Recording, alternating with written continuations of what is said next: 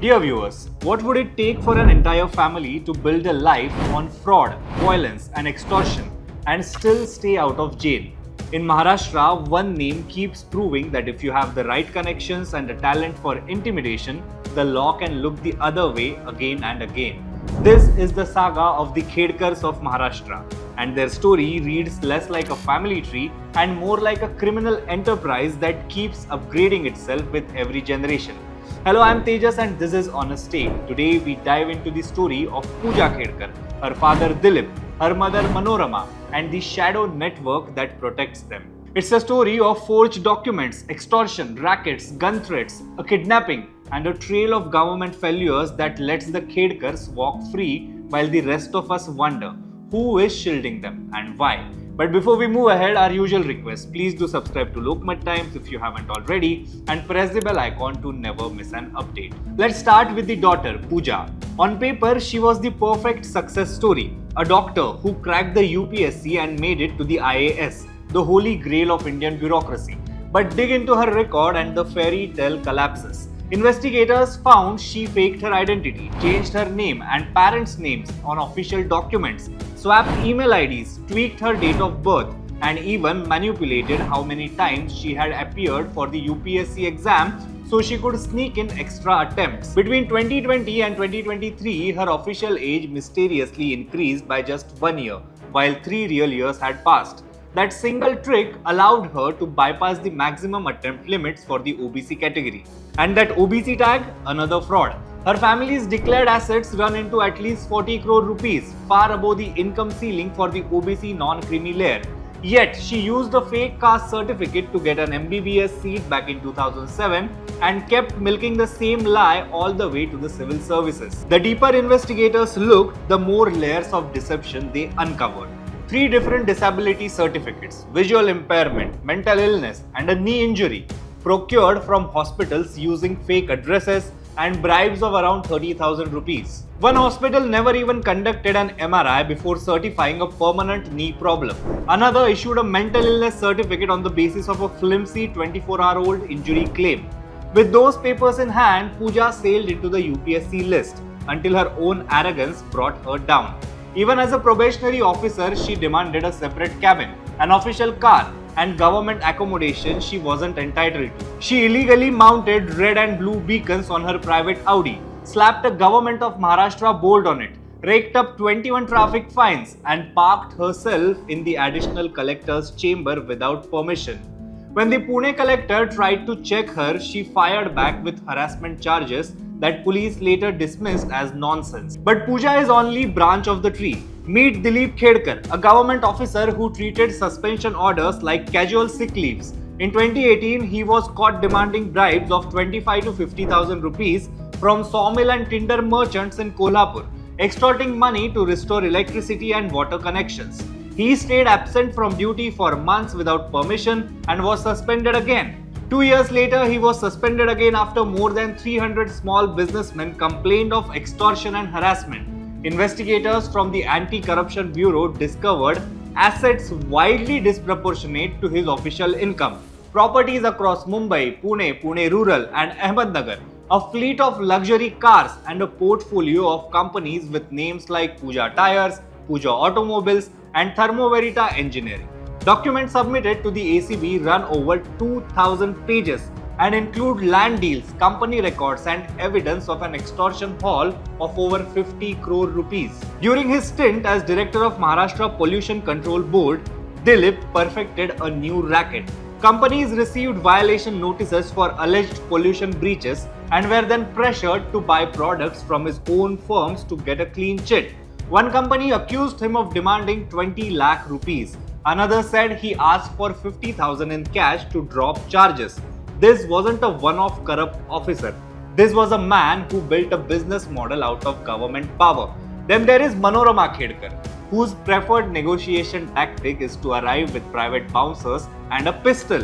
Yes, in June 2023, during a land dispute in Mulshi near Pune, she was filmed brandishing a handgun while threatening a 67-year-old farmer. She used earth-moving machinery to intimidate villagers and dared anyone to stop her. Police later arrested her under the Arms Act after questions arose about whether she even had a valid license. Manorama is equally comfortable obstructing justice. During a recent kidnapping investigation, she refused to open the door to police officers, unleashed dogs on them, tampered with CCTV footage, and allegedly handed over room keys to someone who could destroy evidence. If you thought the family might lie low after all this, think again. On September 13, 2025, their Land Cruiser brushed against a concrete mixer truck on the Mulund-Airoli road near Navi Mumbai. Instead of exchanging insurance details like normal people, Dilip Khedkar and the family bodyguard kidnapped the 22-year-old truck helper Prahlad Kumar. They bundled him into their SUV and drove him to their Pune bungalow. What happened next is chilling. The young man was locked in the watchman's room, fed stale food, threatened with murder, and told his employer must pay compensation for the minor vehicle damage. His phone was seized so he couldn't call for help. Police eventually arrested the bodyguard, but the rest of the family? Their phones went off, no digital transactions. Multiple police teams from Pune and Navi Mumbai launched a manhunt, but days later the Khedkars remained missing. Some officers privately admit they suspect the family may have fled the country. Think about this. A family with multiple FIRs for kidnapping, extortion and obstruction of justice simply disappears in 2025 in a state with one of India's most advanced police networks. How is that even possible without help from powerful friends? The Khedkars didn't just stash their wealth in land and cars. They built a maze of companies to move and hide money.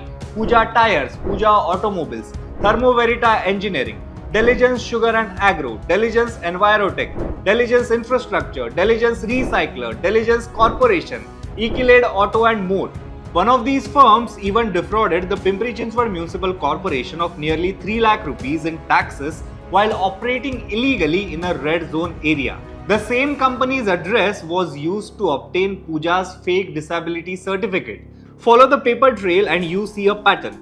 Government power is used to threaten businesses. Then businesses pay up or buy from Khedkar companies. Money flows back into new properties and vehicles, and the family's political connections keep them insulated. Here is the part that should worry every citizen. Despite the mountain of evidence, fake certificates, extortion complaints, videos of gun threats, a confirmed kidnapping, the Khedkars have repeatedly managed to secure bail, delay hearings, and disappear when things get serious.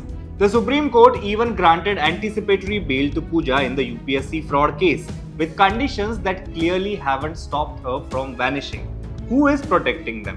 Which politicians, officers, or middlemen are pulling strings behind the scenes? Why hasn't the Maharashtra government issued a red corner notice if the family is suspected of fleeing the country? Why do police teams keep arriving late or leaving empty-handed during raids on their properties? These aren't minor lapses. They point to a system where money and influence can bend the law until it breaks. The Khedkar saga isn't just about one corrupt family. It exposes how fragile India's most prestigious institutions can be. The UPSC, the gateway to the IAS, was fooled for years by forged documents. Hospitals issued disability certificates without proper medical checks. Election affidavits declaring crores in income did not trigger caste benefit scrutiny. And when criminal cases finally caught up, courts and police moved at a crawl. Each loophole they exploited still exists for the next ambitious fraudster. And each time the family slips away, public faith in the rule of law erodes a little more. As of this recording, Puja Khedkar remains permanently debarred from the UPSC. The Maharashtra government has ordered multiple probes. The Anti-Corruption Bureau continues to examine Dilip Khedkar's assets. Police teams in Pune and Navi Mumbai are still hunting for the family after the September kidnapping. But none of the main accused, Puja, Dilip or Manorama, are behind bars. Instead, what we have are unanswered questions, high-profile lawyers filing appeals, and a public forced to watch a real-life lesson in how privilege shields crime. So here is my honest take. The Khedkars of Maharashtra are not just a scandal. They are a test of whether Indian democracy can still hold the powerful accountable. If a family with this many documented frauds, threats, and acts of violence can vanish into thin air, what does that say about the rest of us who rely on the same system for justice?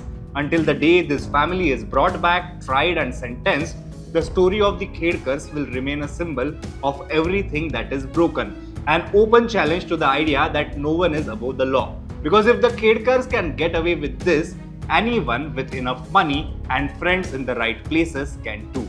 This was your honest take for the day. Until next time, stay sharp, stay curious, and never stop asking tough questions.